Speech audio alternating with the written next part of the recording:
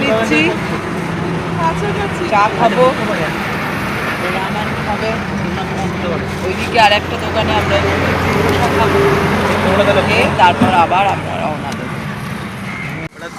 সাগরিকা এখন নিজেই দোকানে ঢুকে এই যে আমাদের ছেলেদের জন্য, দুই ছেলের জন্য রামান বানিয়ে নিচ্ছে।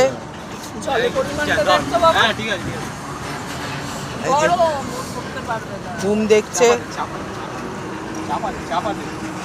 অভিষা মেনটেন করে বলছে কিভাবে করতে হবে। আমার রেস্টুরেন্টে আসবে প্লিজ।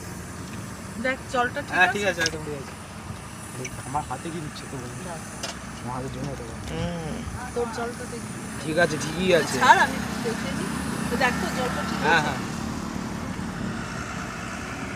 চাপা দিলাম।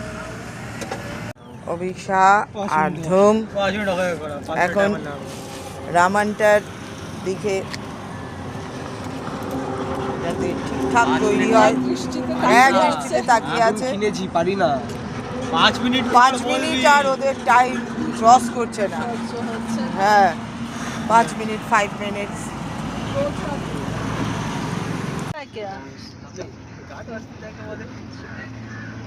প্রদীপ ভাইয়ের কাছে আমরা এখন চা খাচ্ছি, চা বানিয়ে দিচ্ছে।